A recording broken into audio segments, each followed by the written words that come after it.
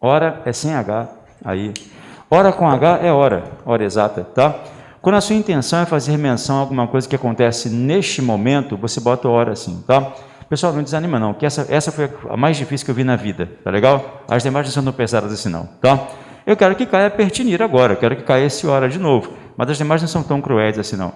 Quando você quer fazer menção a alguma coisa que acontece neste momento, é assim que você fala, tá? Vou te dar 3 exemplos, tá? A matéria que ora estudamos é redação oficial, entendeu? A pandemia que ora enfrentamos há de ser sanada, entendeu? Todos os problemas que ora enfrentamos vão ser superados. Ora significa neste momento, tá? Ora significa neste momento. Quando você fala assim, por exemplo, eu dou sempre esse exemplo para você compreender.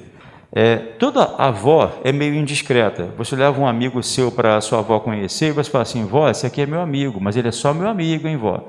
Aí a avó fala assim, ele é seu amigo por hora, né? Quando fala por hora, é assim que se escreve. Por hora quer dizer por este momento, tá? Por enquanto, entendeu? Por hora, acho melhor que nos atenhamos à redação oficial. Por hora quer dizer por este momento, é bom que nos atenhamos à redação oficial, tá?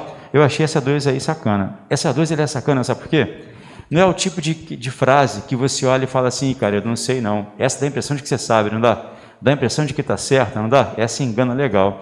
Não posso mentir para vocês não, tá? Tenho que ser sincero. De vez em quando o CESP faz você ter certeza de coisas que não são certas. Eles são feras em fazer isso.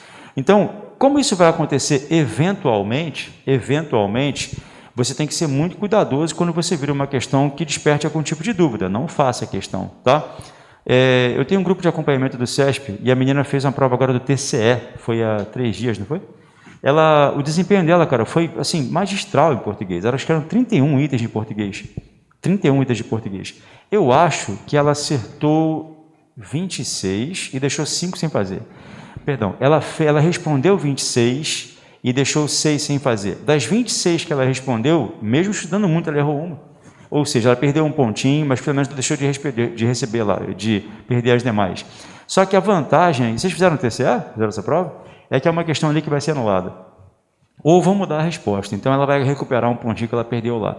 Mas o desempenho nesse padrão, cara, pegar 31 questões, acertar 25, deixar 6 sem responder, putz, é o que eu sonho para você. Quando o pessoal aqui do Sejures tem tempo de estudar português, mas minhas turmas aqui com 10 meses, o pessoal pega 25 e acerta 25. Acontece direto aqui, 24, deixa uma sem fazer. Agora, vocês que estão estudando assim nesse ritmo em cima da hora, tem que fazer o padrão estratégico, tá? E padrão estratégico significa não sabe, não chuta, não faz, deixa a questão para lá. Faça sempre um cálculo simples com você. Se você fizer 10 questões, acertar 5 e errar 5, vai ficar com 0. Se você fizer 10 questões, acertar 2 e deixar 8 sem fazer, está com mais pontos do que o outro, concorda? Então, não sabe, não faz. Esforce-se e dá tempo para que você saiba cada vez mais, mas qualquer questãozinha que gere dúvida, né? Não o pessoal que chuta o balde com física, há vários aprovados aí, pessoal que você olha com o uniforme da PRF aí, muitos deles não fizeram nenhuma questão de física. Eram 5 questões, né? O cara não vou aprender essa droga nunca, vou deixar tudo para lá. O cara não fez nenhuma questão, está lá, entendeu? Claro que ele foi bem nas demais matérias, tá? E a 4, conquanto houvessem recursos disponíveis, a entidade não pôde fazer uso deles na medida que carecia de autorização de órgãos fiscalizadores. Essa está mais legal porque há um erro aí que eu acho que você enxergou, né? Há um erro aí que eu acho que você enxergou, tá? Na verdade, há 2 erros, mas se você já enxergou um, tá bom, né? Porque se enxergou um, já descartou a opção, né? Se enxergou um, já descartou a opção. Como eu quero que esta aula se torne informações úteis para português também, já achou o erro já, não já? Não pode ser houvessem, né? Tinha que ser houvesse. Todos nesta sala sabem que o verbo haver vai cair na prova, né? E sabem que ele não pode ficar no plural quando é igual a existir, tá? Então, número 4, errado. Até agora tudo errado, pessoal? Errado, tudo errado. Então, conquanto houvesse recursos disponíveis, só me faz um favor, pessoal, para que esta aula vire uma aula mais ampla, sublinha para mim, por favor, recursos disponíveis e bota aí para mim objeto direto, tá? sem que nos esqueçamos de que o CESP não fala objeto direto, ele fala complemento direto, tá? Complemento direto. Numa questão de português, ele poderia falar que o termo recursos disponíveis desempenha a função de complemento direto. Beleza, tá? Só que há um outro errinho aí, vamos ver?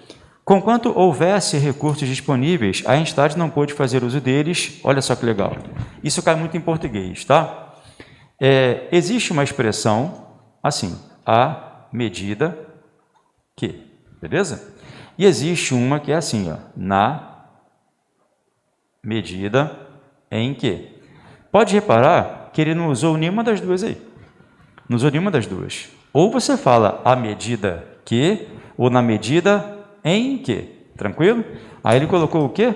Na medida que. Na medida que não existe. Ou você fala à medida que, ou você fala na medida em que, tá?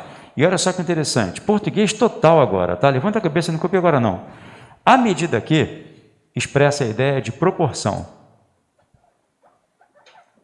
Na medida em que expressa a ideia de causa. Então, eles não têm o mesmo valor, tá? Vou te dar um exemplo de cada. Você concorda que você aprende à medida que estuda? Isso é proporção, né? Depois que você passar, ano que vem, eu vou encontrar você fardada, já feliz, sorrindo, me parando na estrada, eu sem documento. Aí você vai dizer assim, professor, eu passei na medida em que estudei, eu passei porque estudei, entendeu? Então aqui é a proporção e aqui é a causa, beleza, pessoal? Não é o mesmo valor, hein, cara? Não é o mesmo valor. Aí vem o CESP, olha só, preste atenção. O país prospera, preste atenção, tá? À medida que investe em educação. O país prospera à medida que investe em educação.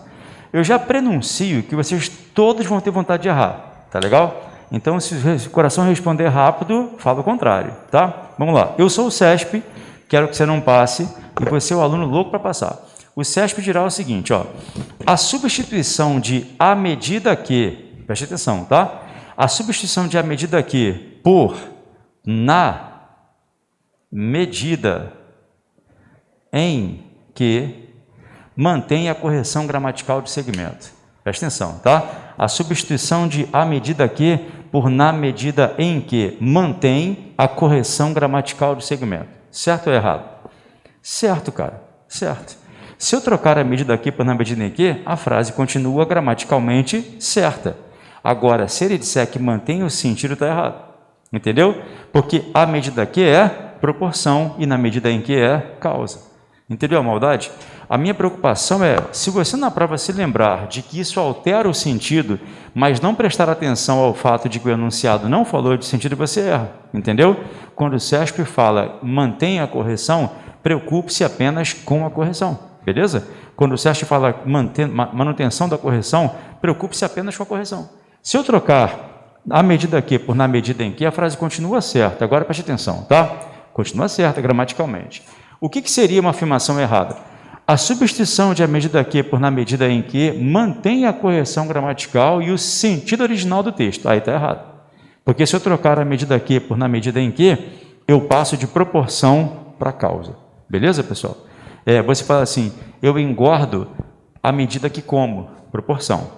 Eu engordo na medida em que como, causa. Beleza? Os dois estão certos, mas é proporção em um e causa no outro, tá? O CESP ama essa diferença, tá? Dúvida aí, amigão?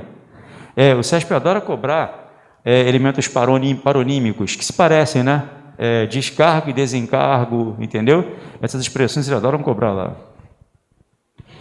Então, a número 4 ficaria assim, conquanto houvesse recursos disponíveis, a entidade não pôde fazer uso deles, aí ele queria estabelecer causa, né, pessoal? Na medida em que carecia de autorização dos órgãos fiscalizadores, beleza? Tira uma foto aqui, por favor, do quadro 1. É o que eu digo, se você tem uma base de gramática interessante, você vai se safar, pelo menos em 2 questões de redação oficial, porque a gramática é determinante para isso. A redação oficial, ela poderia ser mais cruel. Existe um ponto na redação oficial em que você estuda qual é o documento, por exemplo, que o ministro da Educação deve emitir para o chefe do Legislativo. Entendeu? Sabe qual é o documento certo para esses níveis de relação diferentes? A redação oficial poderia ser mais sacana e, em vez de falar o cargo, citar o cara, entendeu? Por exemplo, em vez de falar o ministro da Educação, citar o ministro da Educação. Aí você teria que saber quem é o ministro da Educação para que você pudesse fazer essa questão aí. Eu acho que o CESP não faz isso, não porque o CESP tem uma preocupação humanitária de ajudar o candidato, é porque troca muito rápido, né? Imagina se ontem o cara lançou a questão, o ministro era um e hoje vai ser outro, entendeu? Para evitar problemas, eles fazem isso. Mas, na verdade, tecnicamente, nós temos que saber quem é o chefe do executivo, do legislativo, do judiciário, aquela coisa toda, que isso eventualmente pode gerar uma questão. Isso cai em direito, né? Assim, não perguntam o nome do cara, eu acredito, mas saber quais são as atribuições de cada um deles, né? Eu fico sempre pensando em vocês quando eu vejo essas bobagens na internet. Cara, porque se eu, que não tenho informação nenhuma na área legal, fico indignado com as bobagens que se propagam, imagina vocês que têm uma noção legal do que são direitos humanos, constitucional, administrativo, deve ser cada estupro ali que deve matar vocês de ódio, né?